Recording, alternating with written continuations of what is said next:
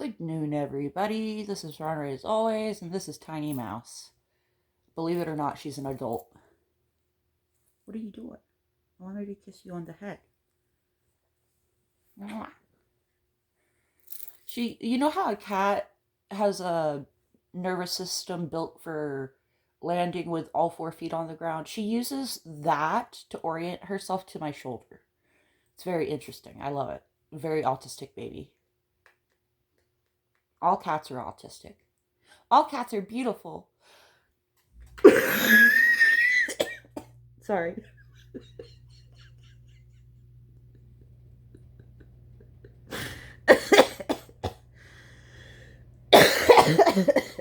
Excuse me. I need to use my inhaler more reliably. I'm laughing because all cats are beautiful is what I say when I want to be included with my friends who are saying ACAB. For over a minute in, I have free speech back. ACAB or 1312 stands for all cops are the B word. The B word, that means you were born out of wedlock. I don't want to. Even before I was pro cop, I wasn't comfortable saying that all cops are bastards because I felt like insulting them wasn't helpful. What I would say back in the day is all cops are bastardized, which is the true message of that saying, is that they come from a corrupt system that,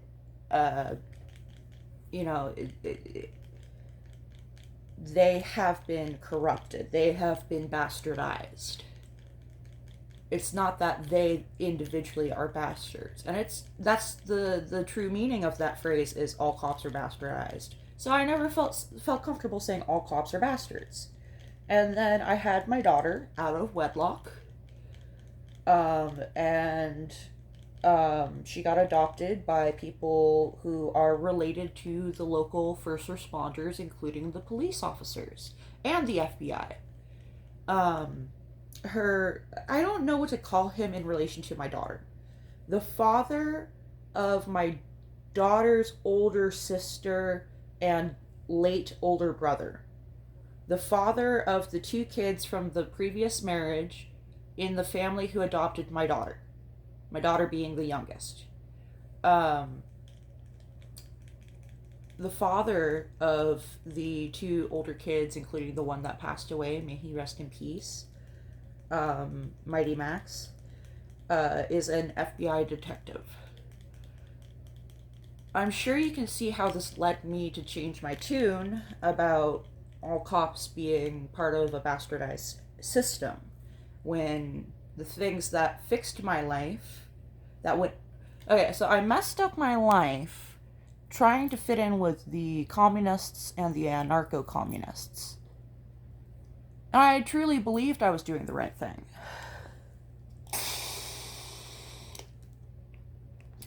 So, I am now pro-cop. This is probably very shocking to anybody who knew me on Facebook.com, especially if we met through Facebook.com and therefore you didn't know me before I became anti-cop in the first place. Because I used to be neutral on cops. I used to think they were, I don't know, just a dude in a uniform. And I didn't realize that with that uniform came a lot of power. And when I became old enough to be aware of cops having such authority over other civilians, it was during a time where radical leftism was anti-cop and it was bleeding into liberals. And it still is. And that is the world we live in now. And part of it is from watching true crime.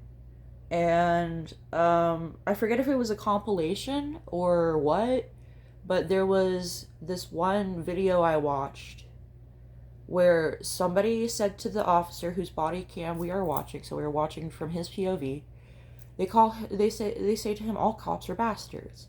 And he walks away quietly. And then the guy says, no, wait, come back here.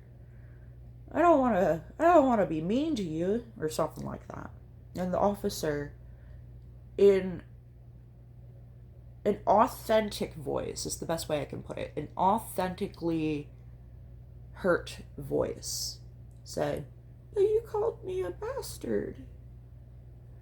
And it was like a little tiny boy saying it.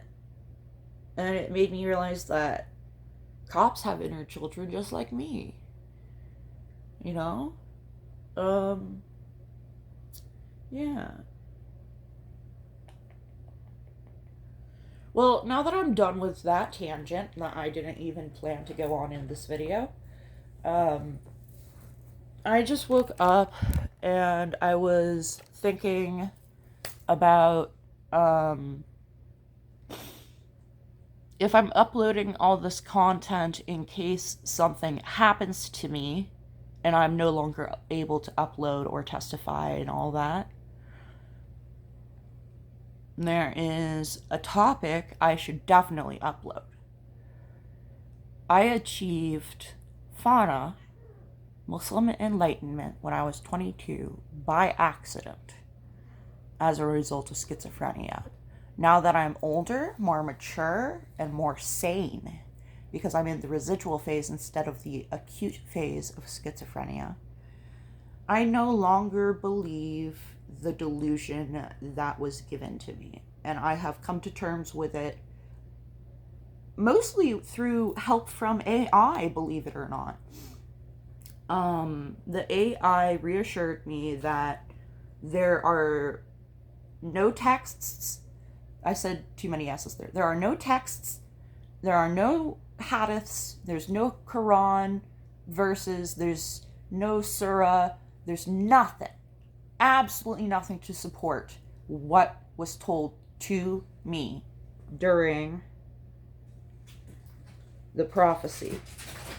Certain aspects of the prophecy came true, but that does not mean that I am the Antichrist. Hold on, let me find the remote and turn on the light. I have a feeling that,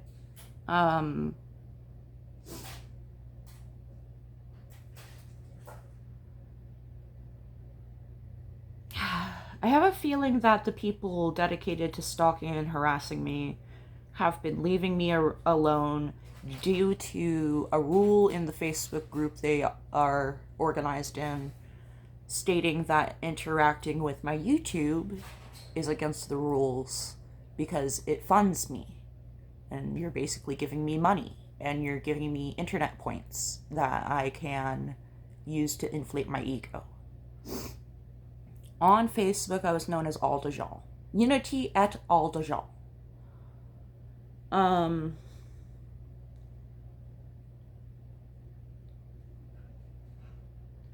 Unity is the group of alters within our system who are all dedicated to self-improvement, becoming a good person.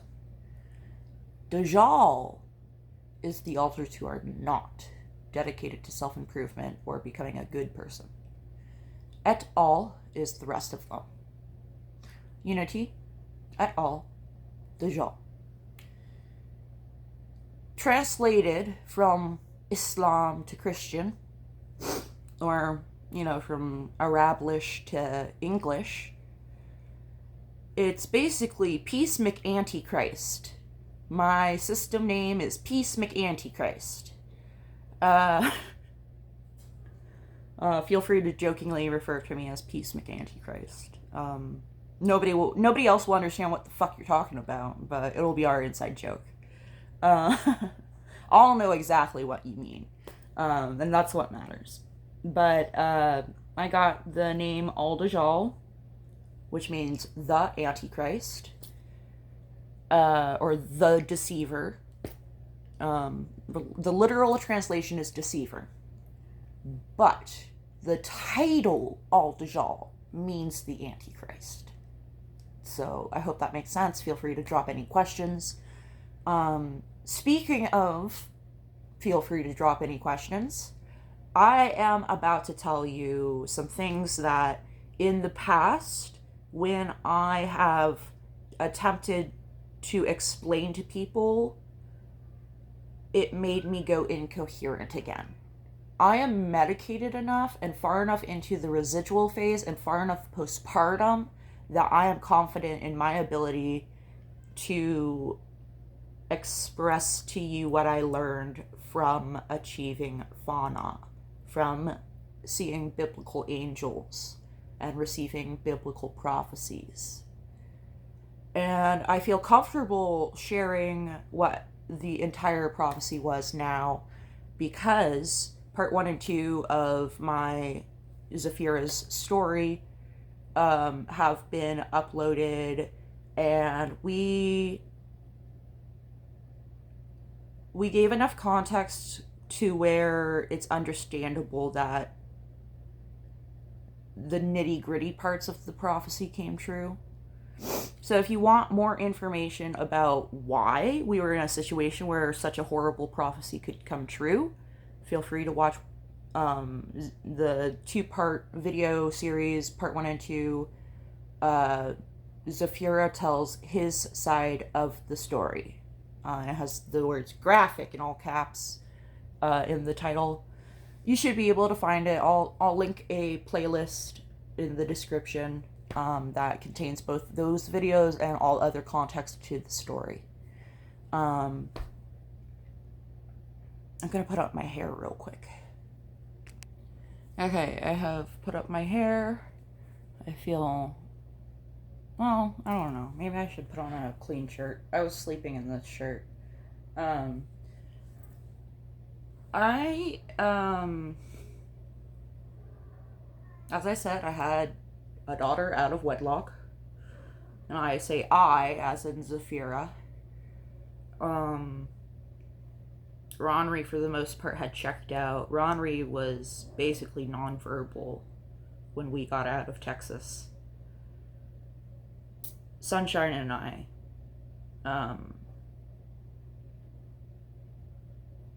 had the baby.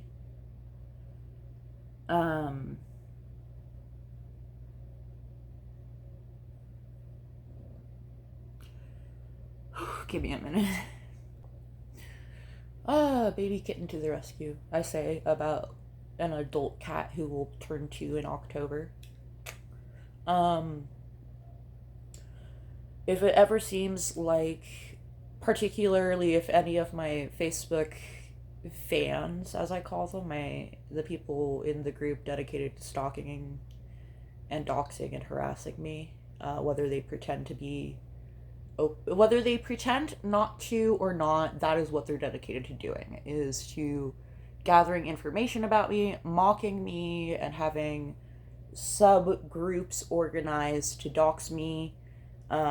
If that were not true, there wouldn't have been any false reports against me and my ex-wife when we were together with our son.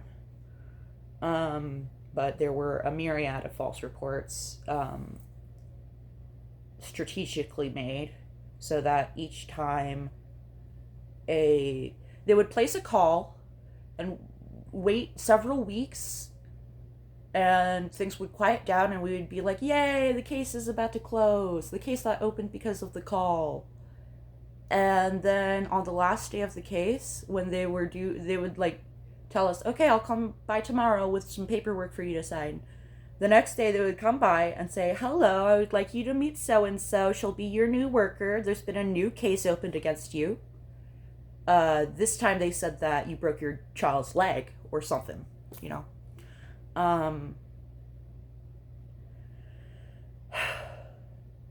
It was hectic. It was shaming. It was horrible. It was horrible to go through. It drove me to insanity. But if it ever seems like Ronri in particular doesn't talk about our daughter much, It's because he wasn't there for that shit. Ronnery was not. Um,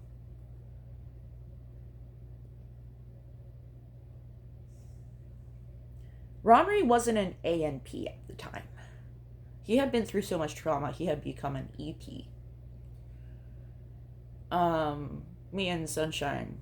Me, Zafira, and Sunshine were the ANPs. Then there was also Beth and Crystal, who. Oh my god. Beth on the phone? Oh my god. That was a breakthrough.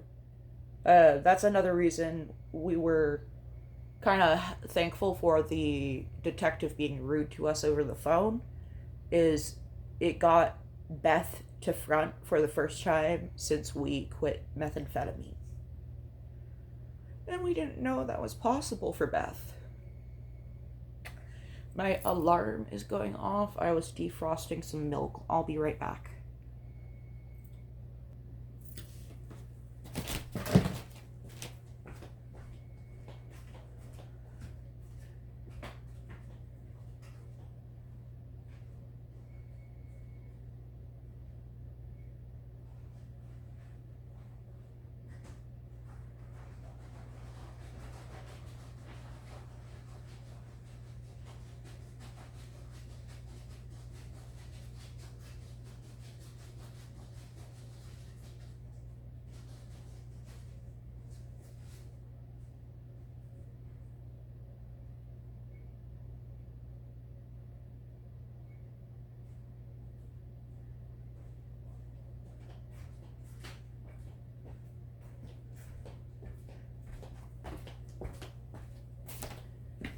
I'm back. I hope you enjoyed the kitty camp.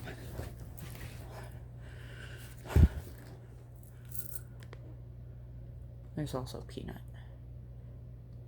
This is what he's doing every time I film. He's always beside me. He is a couch potato. You see a bird? No, you just heard my voice is all.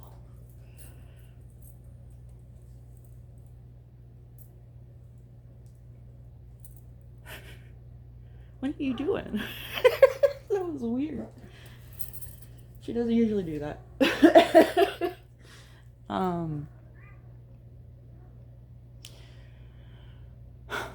What was I just saying? Anyway, let's get to the point of this video, the prophecy. What was the prophecy? And what did the prophecy have to do with me achieving Fanaa?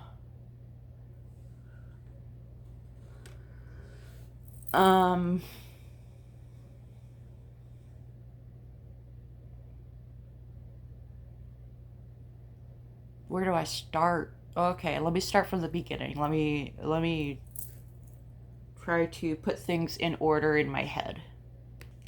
So in 2020,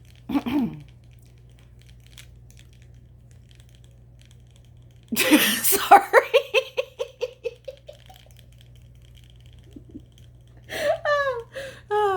Not me making faces at the voices in my head. Someone just informed me that if I'm going to talk about 2020, I got to start from the beginning of 2020.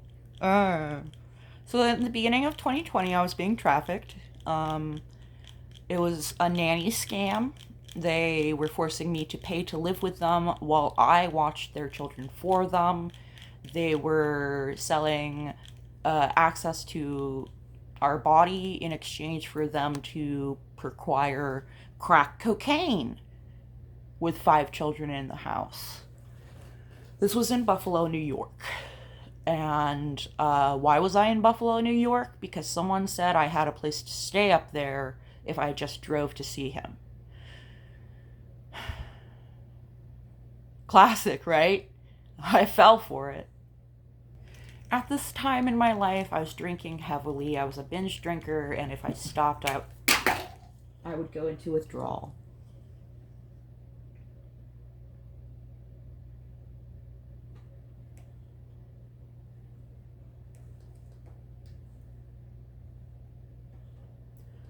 Where did I put of paper towels. I always have paper towels. Okay, I'm gonna clean up the milk I spilled. I have a question for my pharmacist. Does yeeting my inhaler into the milk count as dropping it?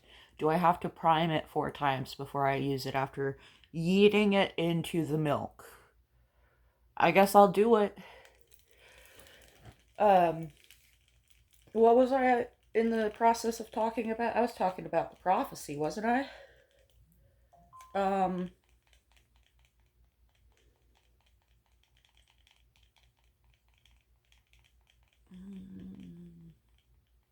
March 2020. Everybody has something significant that happened in March 2020. Don't we? Don't we all? March 2020, I took the last Greyhound out of Buffalo, New York, down to Texas.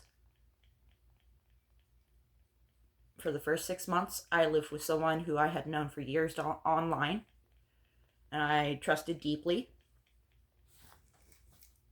And either because of or exasperated by the quarantine lasting so long and us being cooped up together alone, hour after hour, day after day, week after week, month after month. 6 months in, she kicked me out after attempting to become physically violent. And I defended myself, so she kicked me out. Her side of the story is she was trying to turn around. She was in the middle of a doorway where turning her wheelchair would not get her out. She says she was turning around and that's why she put one hand back. She was in a doorway facing me. She was trying to punch me. And then she used her wheelchair as an excuse as to why it was appropriate to have that kind of body language towards me in the middle of confronting me for playing video games in the other room.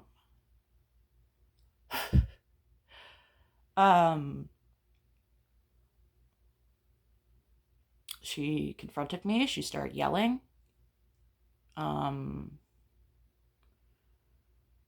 It had been the umpteenth time that she started yelling at me for absolutely no reason. She had admitted in the past when things had calmed down that she had a problem and was not in her right mind during those states, and she wished she could stop. And every month it got worse and worse and worse until it was happening nearly every day. And the first time she tried to punch me, I pushed her away from me in her wheelchair, yelling, "Get away from me." And she saw that as being violent towards her. So she evicted me illegally during the pandemic. The next day, yeah. That night, the night she kicked me out, I hopped onto Grindr, the dating app, and I looked for somebody who was willing to cuddle but not have sex, and who was cool with me drinking excessively in front of them. While I had been with Morgana Legay, for those 6 months, I had weaned off of liquor and gotten down to the point where I had to drink 2 40-ounce Hurricanes or whatever it's called, the beer that's so low quality it has detergent in it to make it have foam. That rock gut beer. I was drinking 2 40s of that a day to maintain my physical needs of alcohol due to the vast amounts of alcohol I had been consuming for years. I had been binge drinking vodka for years.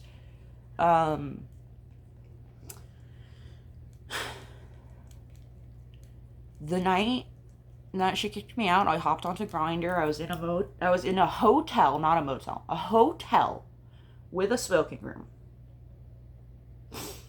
And I was drinking, and I invited this guy over from Grindr. And he introduced me to methamphetamine. The first night I said I don't want to do it while I'm drunk, because that's a recipe for disaster. Doing a new substance for the first time while you're already drunk? No, don't do that. Recipe for disaster. So the next day, I tried it for the first time, and in the moment, I enjoyed it. In hindsight, it made me into a zombie that could be controlled by others.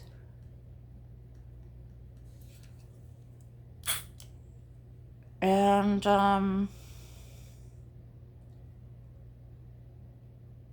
he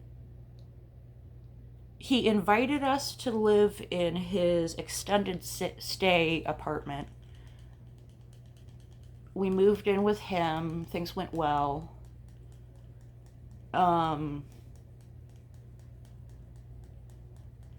He got a mother-in-law suite that he met the landlord because he speaks Spanish. He's fluent. He's bilingual.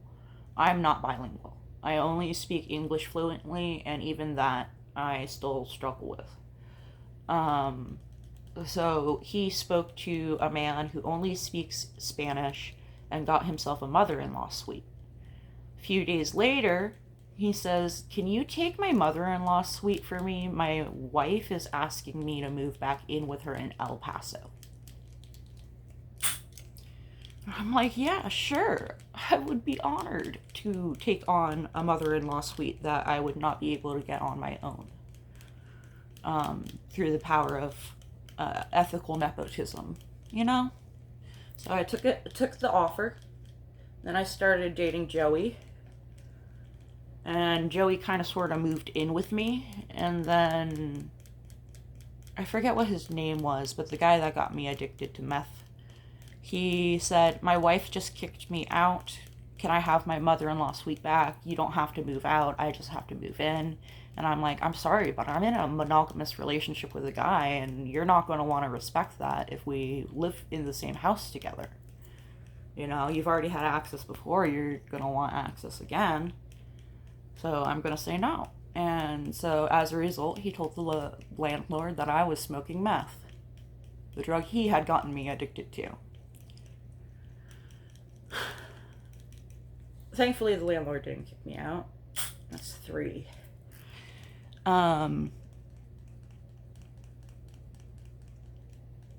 October comes around. And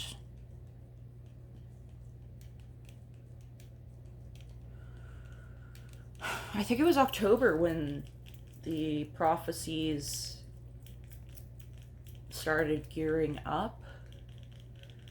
What happened was, the first time I saw an angel and I babbled madness for hours.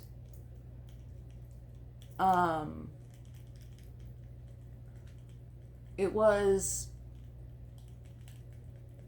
I wish I could draw it right now. It was a bunch of wheels on an axis. Like they had a globe made of rings of metal, and they were moving in intricate patterns, and they were flaming and brilliant like a star, like the sun. And they moved in such a way that I can only interpret it as being in the 4th dimension. That was the first time I saw an angel.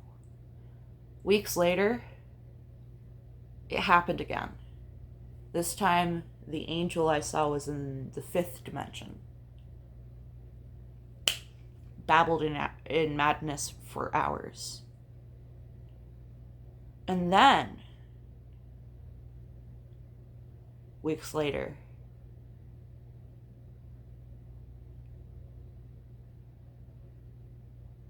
This might have been in January for all I know, so it might have been 2021 already, but I want to say it was the end of 2020. I achieved Fanaa. So I was 22 and hadn't turned 23 yet, so it must have been November, early December at the latest. I achieved Fanaa, the final step of Fanaa. I did not manage to subsist right away, but I would call what I'm going through now subsistence. In the residual phase, you know?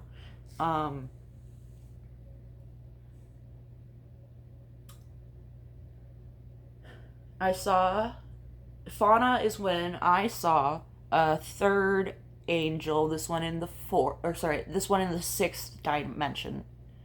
Then my consciousness became every person who had ever met me. I became every person I had ever met, all at the same time.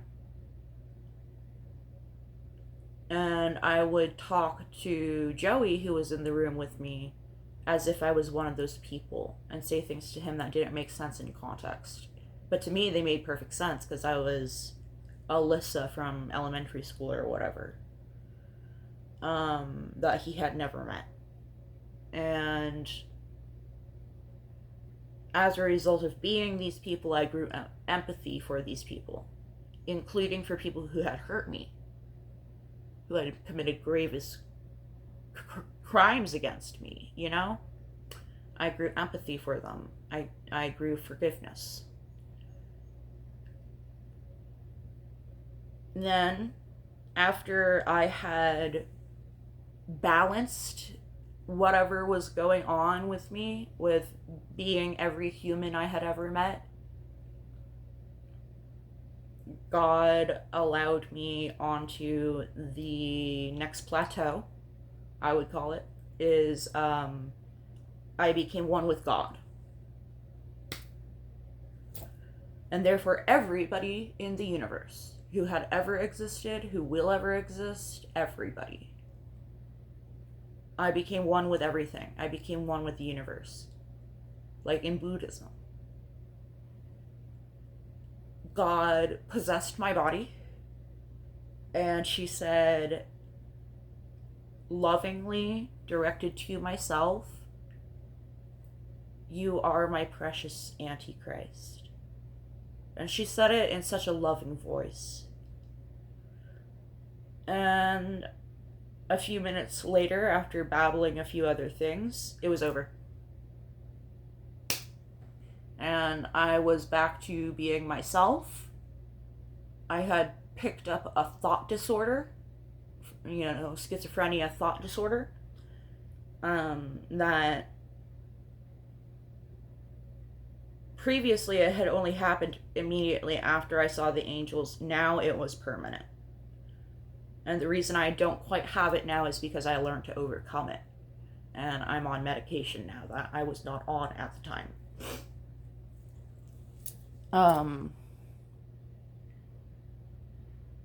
My first instinct was I needed to retake Shahada to wash the sin away, because I had just blasphemed by calling myself God and thinking that I was God. I must have committed shirk somehow. So I Googled the appropriate course of action to take, because I don't have any Muslim friends to ask. At least back then I didn't.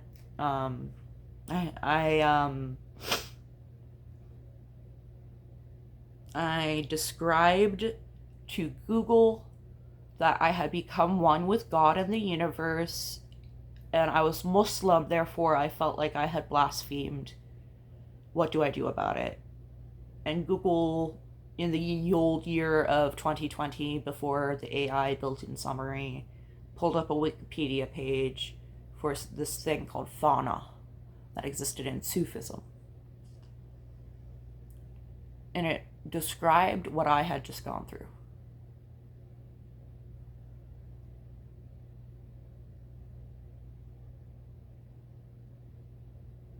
I now, in hindsight, believe that the devil intervened because I did it wrong. And that's why I was told I was the Antichrist, is because the devil was involved, Shaytan. Shaytan told me I was the Antichrist in order to test my faithfulness to God, but it only made my faithfulness to God stronger. I said I felt honored to be chosen to be part of God's plan in such a magnificent way. I would be honored to usher in the end of times that would lead to Jesus coming back. And I said, I'm okay with going to hell because I love God. And it's not about heaven for me. It's just about loving her. It's just about praising her. It's just about worshiping her. It's not about getting to heaven. It's about living life in awe of her beauty. So if living in awe of her beauty or not does not change whether or not I am getting out of hell, so be it. I'll go to hell. I'm still gonna love her. I'm still gonna worship her. So for years I thought that I was going to go to hell when I died. And I have spent my life in fear of death because of it. Eventually, logic and emotion, when you apply them both to the same issue, when you combine the two of them, it's called wisdom. Logic and emotion combined is wisdom. At least that's what they say in DBT. The wise mind is what I used to come to terms with the idea of going to hell. I said, well, if I'm going to hell, even if I do good deeds and am a good person and all that, maybe everybody goes to hell to wash away their sins before they go to heaven. So the longer you're in hell, that means the worse your sinning was. You know, like Hitler's going to be in there longer than basically anybody on earth. But people who are especially good, you know, devout and never did wrong, only did good deeds, they're going to get into heaven first. Maybe instantly, you know, never go to hell at all. But basically everybody is capable of going to hell and everybody is capable of going to heaven because hell is not permanent and heaven is inevitable. And when I came to believe that, it made it easier to accept that I wasn't necessarily being punished for being the Antichrist, but rather just for whatever bad deeds I had done. Alrighty, I am going to grab something to drink because my mouth is dry. And then I will tell you what the prophecy was and what achieving Fanaa taught me. And we're going to hope that I don't break down into schizophrenic babbling. Caveat, in the past when I have avoided breaking down into babbling, I did not tell a complete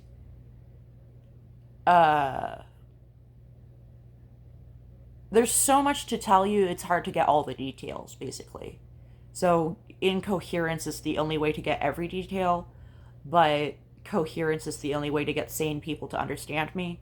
It's kind of like, what's it called? I think it's called the Higgs boson constant or something like that, where an electron, you can identify an atom's speed or location, but not both at the same time. You know, it's kind of like that. I just posted a meme to my buddy Fury's Discord in the memes section. Let me pull it up for you. $2 million hits your account. Your next move? Mayowa Janeiro says, enter the bathroom and sit under the shower. Let the water wash away poverty for the final time. And I said, very Muslim revert coded. To convert to Islam, you gotta take a fancy shower. And I find it so funny.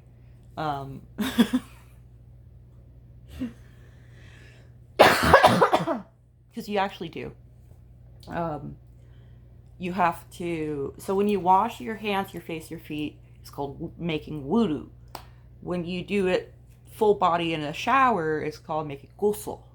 I'm probably butchering the pronunciation, but you make ghusl to wash away your past sins after you take shahada for the first time to become a Muslim, or if you've become an ex-Muslim and want to return to Islam, you also take shahada and then take a shower. So both people who were raised both people who are raised Muslim and left and then came back are called reverts. And then people who were raised non-Muslim and became Muslim are also called reverts. Because within Islam, it's believed that you are born Muslim and your parents, being non-Muslim, are the ones to lead you astray. It's not seen as something you can be born without. You are born knowing God. My opinion is schizophrenia extends that ability into adulthood. Which there is a little bit of scientific backing to, but that's for another video. To become Muslim as a sentient person who can speak for the first time is to revert to your way of knowing God that you had when you were born. So you're a revert, not a convert. Alright, I've got a new cup of milk. And, I've got an inhaler to take. The biggest takeaway so the too long didn't read of Achieving Fanaa and the message I in particular received, and the way I phrase that is on purpose. We'll get to that later. The message I received by Achieving Fanaa is that you need to respect everybody else as if they are occupied by your own soul. Because everyone is a reincarnation of each other. We are all the same soul being reincarnated.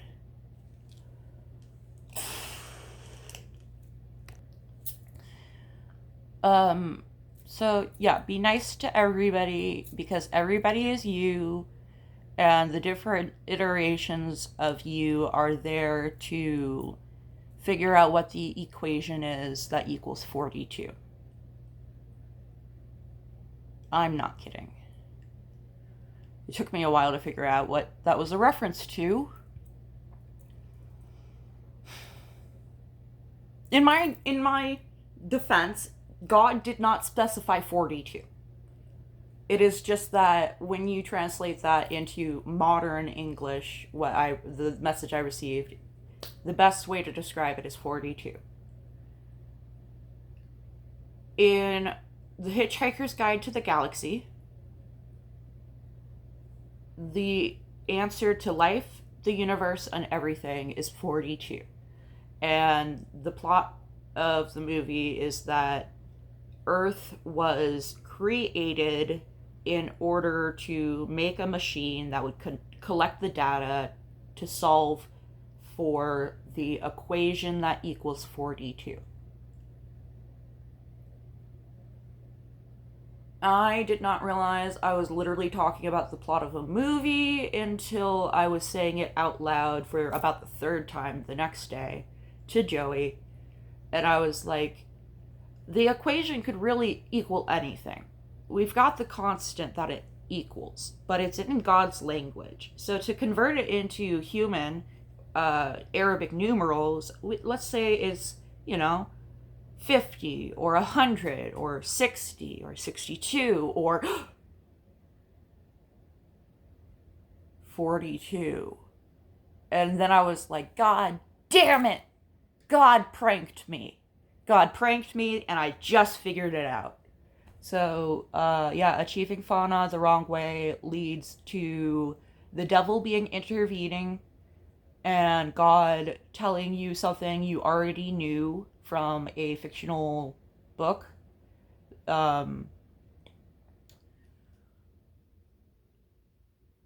or a movie, or some dude who did psychedelics and really, really, really got into Alan Watts or whatever. Um, it's.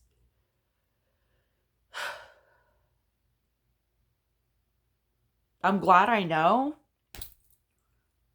Um, because it's like it's written into my nervous system now. It's not just a parable that I can think about on and off.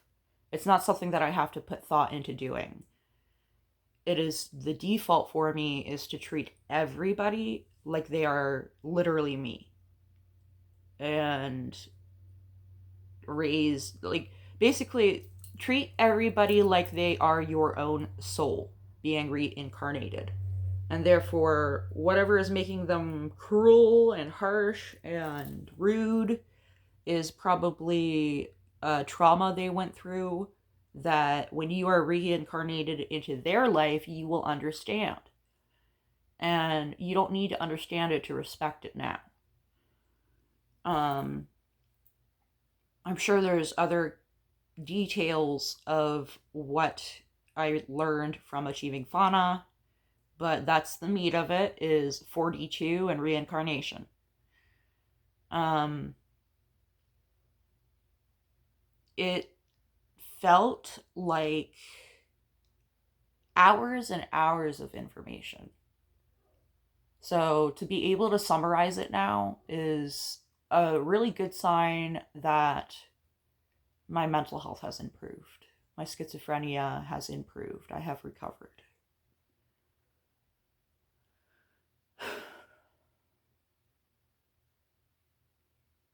So, the prophecy.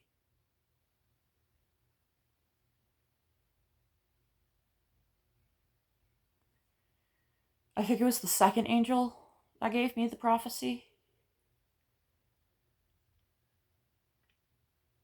The angel told me that a drug dealer would assault me. I would contract an STI and give birth to a child destined for greatness. And it was confusing on the wording of whether I was the Antichrist or if I was giving birth to the Antichrist.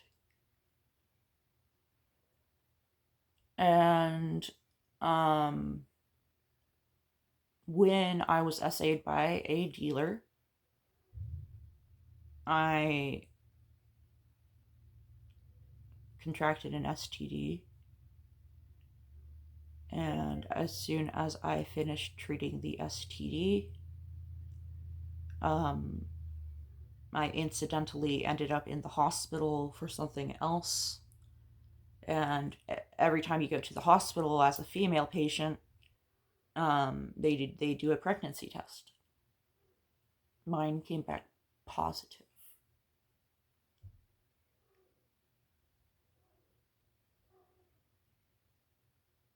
She's 4 now. She's 4 years old. I don't think she's the Antichrist. No.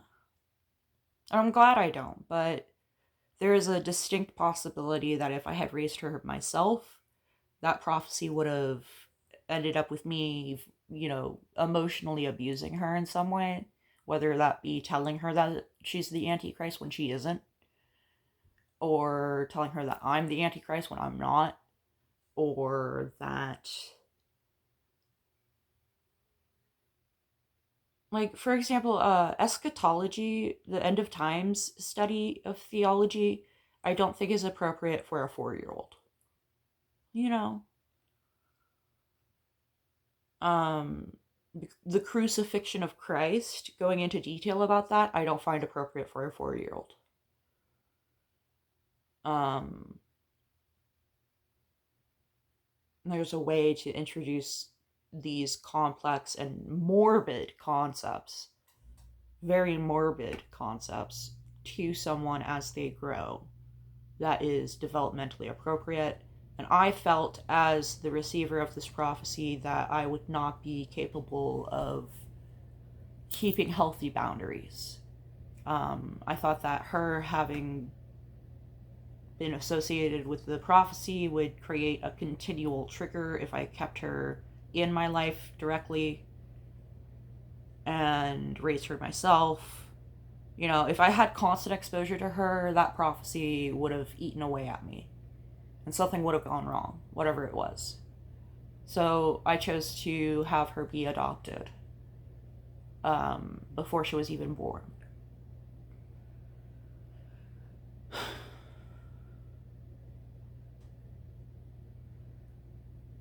I think I did a good job. I picked um, 2 mommies who love her very much. Um,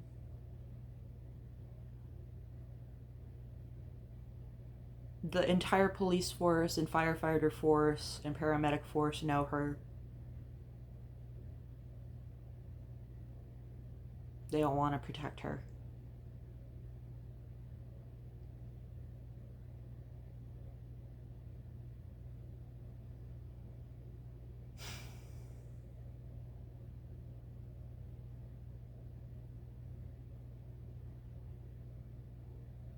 The weird thing is, I was SA'd by 2 different drug dealers in the same weekend. So I wasn't sure if the sire, I guess we'll call this role, because they're not a father. You know, a rapist is not a father. That's not how it works. So the sire, I wasn't sure if it was the white guy or the black guy. And I prepared the parents for this. I said there is a vast possibility, because the white guy said he was infertile from various things like diabetes. Um, there's a vast possibility that this little baby comes out half black. Uh, and not just light skinned, I mean like half dark black. And we are in a rural area, so I definitely wanted to make sure that was okay with them before she popped out and they changed their mind at the last minute. And they're like, oh no, that's fine. My existing kids are actually mixed. And I'm like, they are? Max is mixed? And she's like, yeah, they're mixed with Indian. And I'm like, I would have never guessed. That's fascinating. So yeah. Um, the father of Mighty Max and the older sister whose name escapes me right now, um, Detective Brown. He was the one to take my report the first time I ever made a police report on my own, as opposed to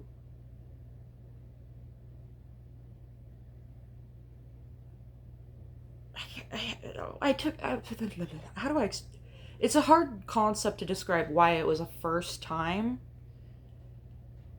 but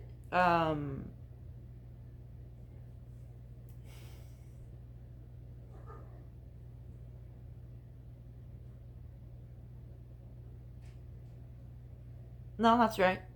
It was literally the first time I ever made a police report. Detective Brown is the one that took the report. Unfortunately, at the time, I was not aware that if I did not physically fight back, they would not have any evidence to press charges, and their hands were tied. You know, the law is built so that 10 men walk free, 10 guilty men walk free, as long as that prevents one innocent man from being charged as guilty.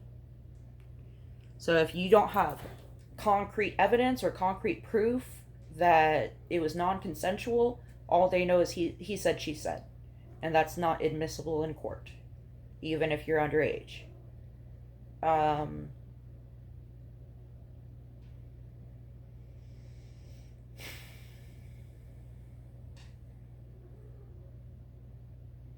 Obviously, if you're underage and the perpetrator is not underage, that's a different story. That is not what happened to me. I was underage and assaulted by a peer. Um, the day after I turned 17. Then again in November in a different county, in a different state.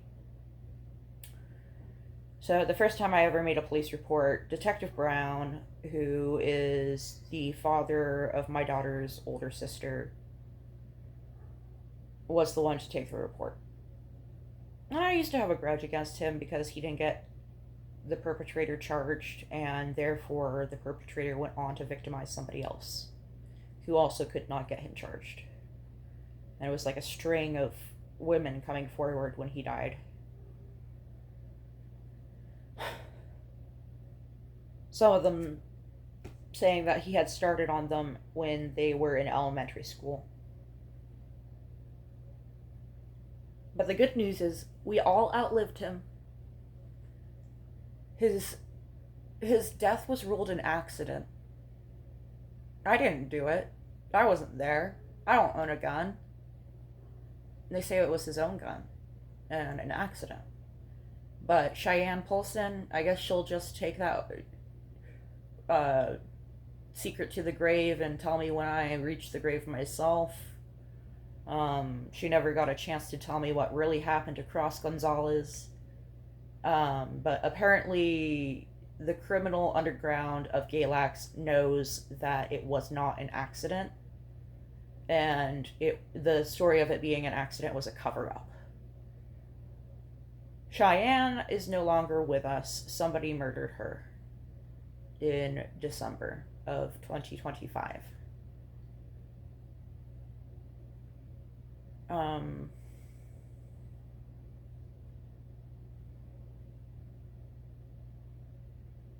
I miss her, especially since she was fundamentally important to telling my version of events in 2016, 2017. She was there. She was a witness. She was the one I confided in when I would be assaulted. But we grew apart over the years. And then she was murdered. Passed away on my birthday. Became an organ donor on my birthday. She was already brain dead, obviously, but they took her off life support on my birthday of 2025 when I turned 28. She was 27.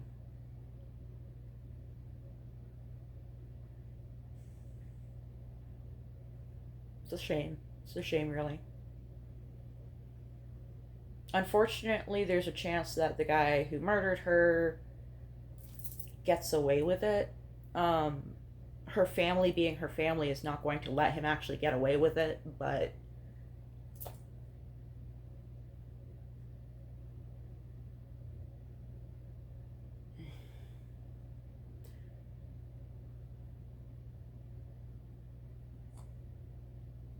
I don't think that this is the kind of thing the cops will sweep under the rug. I'm pretty sure they're already on the case investigating it, and I just don't know about it because it's a private affair to investigate it.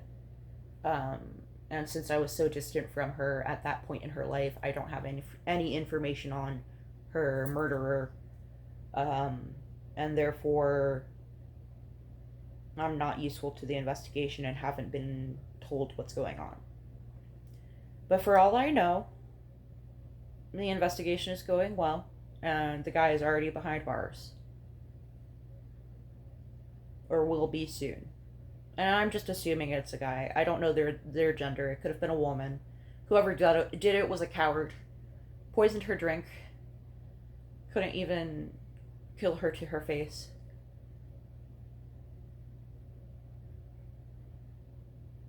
That's what makes me wonder if it was a woman, women are more likely to poison and use a lethal weapon, especially lethal weapons other than a gun.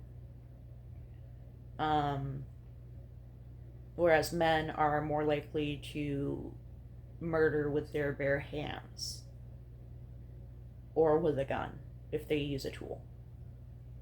Um, Men are more likely to be pre-calculating violence. Women are more likely to pre-calculate a poisoning. Women don't pre-calculate violence very often. It's a very interesting gender dichotomy. Um, Women tend to do violence in the heat of the moment.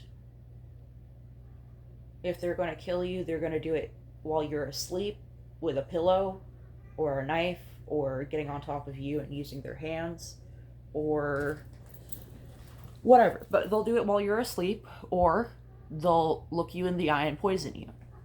So that's what makes me wonder if Cheyenne's murderer was a woman, is because it was the weapon of choice was a chemical one, a poisoned soda. 2 ounces of methamphetamine in a Mountain Dew. And Mountain Dew tastes like chemicals, so she didn't notice. And she was clean. She'd been clean longer than I had, or about as long anyway. You know, like she got clean a couple months before I did. I'm 4 years clean as of June. She had no tolerance for the substance, and they put 2 ounces of it. An ounce is 28 grams. A gram would be enough for a habitual user to make last a week.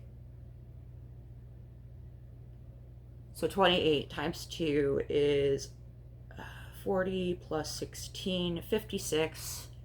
56 grams. 56 weeks of methamphetamine in her drink.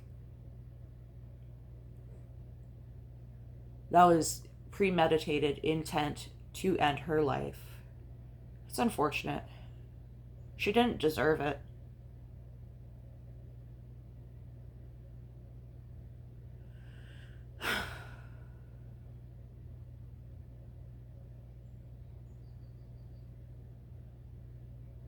And she had just gotten new teeth. Beautiful, beautiful dentures. She was at my wedding.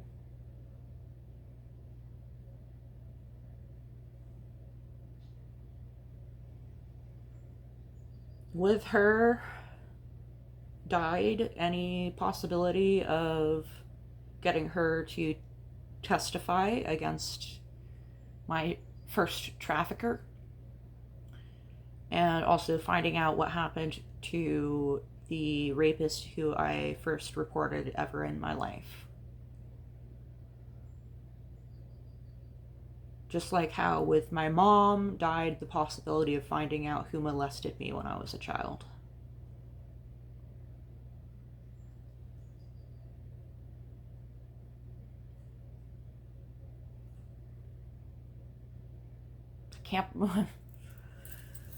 The best way I can describe it is I can't believe I did that to myself. You know, since everybody is reincarnated versions of the same soul, I can't believe I did that to myself. That's horrible. Why would I do that? Thank you for listening. I'm going to take a break. I feel like this has been much longer than I intended to make it, and I highly appreciate anybody who watched. I will see y'all in the next one. Love you. Bye.